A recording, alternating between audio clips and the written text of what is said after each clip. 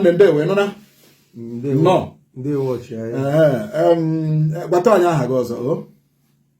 aha m bụ Akarachi John Kennedy Jidendụ, onye ụmụawaka ọkụ ọgbakụ Mbitoli LGA.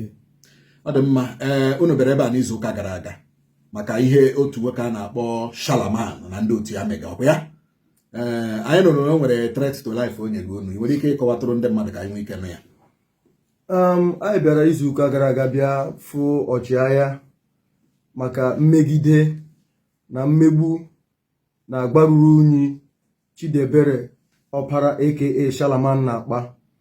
Mgbe anyị hụchara ọchịagha, anyị na ọchịagha kwuchara, anyị ala Shalaman, Chidebere Ọpara na Ikechukwu Ọpara na Mark Anthony Ikpeama na one Exodus ibe ọnụmara a na-etretini na ha ga-egbu onwe ha na ha ga-akpọ onwe ha. Nna gwanụ ha na onye nụ n'eziokwu na-eme eziokwu na-ekwu eziokwu onwe ihe na-eme onye ahụ. Na one elderly man, to my greatest surprise, one elderly man wu onye nze mmadụ akọla m ọ dị unfortunate n'iwu onye nze onye a na-asa asọ na-ekwu eziokwu na nụ n'eziokwu n'ala Igbo n'ala Nigeria ga-esoro ụmụaka wụ ọlụọla dịka Exodus ọnụmara, Chidebere Shalaman Ọpara na Mark Anthony Ikpeama na Ikechukwu Ọpara so ụmụaka na-eyihe na-akpa agba na-enyo enyo. Ọ dị unfortunate, nze mmadụ akọla m. So oyo tret ahụ kwanụ onwekwenu onye nụ n'eziokwu, anyị na nwa anyị nụ n'eziokwu ndị ụmụawaka ọkụ ọgbakụ. Tret ahụ eme ebe ọ ga-aga onweghị isi. Ọ dị mma, o nwere okwu ọzọ ịchọkwara ịtụpụtara anyị okwu ha gara kwuo na redio. Nze mmadụ akọla m ọwa okenye ọkwara onye nze na-ele m. Nze mmadụ akọla m ọ na-ewute m because ahụrụ m nze dịka nze nna m ochie nze Daniel Akarachi oke mmụọ ya gbago ụka eyiye olie amaghị ama. So a gara ha na-ekwu n'ozisa ụmụawo ejemekwuru Ugwuta local government area. A gara ha ya mmadụ Mark Anthony wu onye ụmụ ala eri ọhụụ onye ụmụ ọgba. Anyị na ụmụawo eseghị ha okwu, ụmụawaka na ụmụawo eseghị ha okwu. Onye anyị na ya nwere nghọtahie wu onye agwa ọjọọ wu Chidebere Shalaman Ọpara na nwanne nwoke Ikechukwu Ọpara. Ya ga ha ya Mark Anthony do Mark Anthony gakwara na lai last year budo ozuo about 400 plots. O mehu mgbe ụmụ ọgba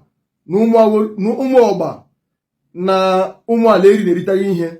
Ala eri nwere kehe, ụmụ ọgba nwere kehe, ụmụ ọsọrọgọ later split into two now wu ụmụ ohowue na ụmụ iko egbu erighị ihe iche. Kaga ha ya ala ndị ụmụ ala eri ha ya Exodus onye ụmụ ala eri ya maka Tony gozisa na-atụ ashị mbụ ịtụrụ contradicted themselves na ụmụ nwanne anyị nwaanyị ndị ụmụ ọwaka alụlụ na ebe ụlọ n'ụmụ ọgba.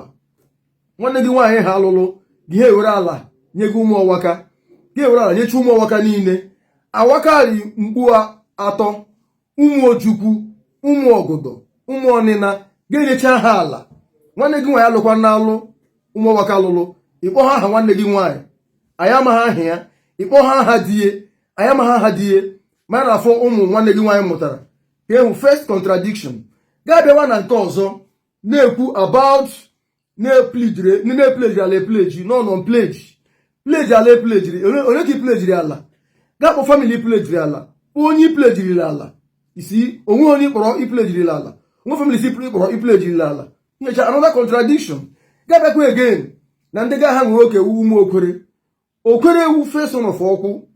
Gị gwucha okwere gaa hụ egbu, gaa hụ eze, gaa hụ awaka, gaa hụ agama. Okwu uri ibe ise. Nyochakwanụ anyị na nwere oke okwu our ancestors still over 700 years and above tinyere ga budo ozuo ewu Chidebere Shalaman Ọpara.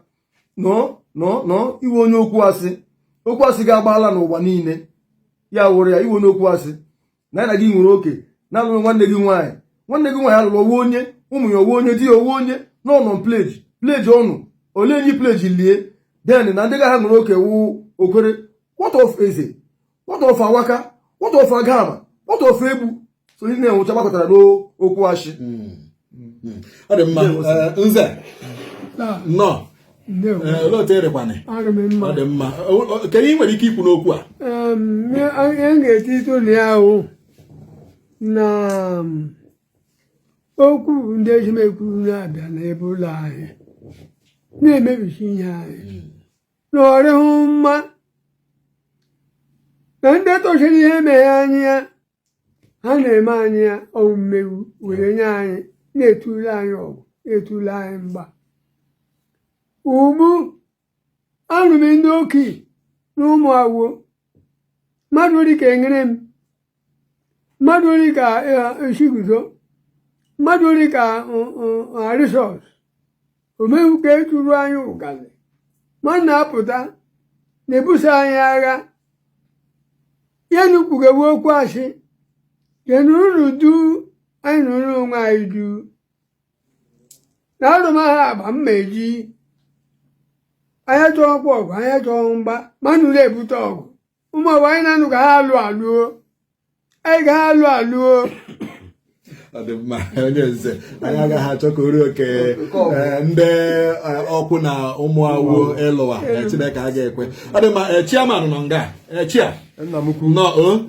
ngwanụ olee ihe ị nwere ike ikwu na-ekwu na ihe ụmụnne m kwuru ekwu na ala na-ekwu okwu ihe o teele anyị rụmara ala nna Shalama bụ Chidebere ọpara nna mụtara papa ya arụhụ ala ahụ dị ya nna mụtara ha arụhụ ga ahụ dị ya mewu maka na aga praịmarị skuul anyị na-arụ ọrụ dị arụcha ọrụ mmiri anyị bụ ma ma echi m were memere akpọ mgbọrọ na ya agbata mmiri oge mgbe ahụ mewe mgbara awụsa gaa na azụ ụlọ Rose ọpara nwanne nwa anyị lụla mbejie nga gbara mmiri lọta n'ọrụ anyị ya eru ugbu asị na ego pụtara anya ukwu Shalaman Chidebere ọpara eji anya ike onye ala ngaraba na-anacha ya ala anyị na-erechi ndị mmadụ emele ka ọ na ụmụnna ya na-ejimekwuru orele ya ga-ebe ya na ya ere kwugbo ọ ga-apụli ya ihe wa ala anyị hapụrụ aka na ala anyị ọ dị mma finally ihe anyị ga-eme wụ anyị ga-follow her up with petition to the Commissioner of Police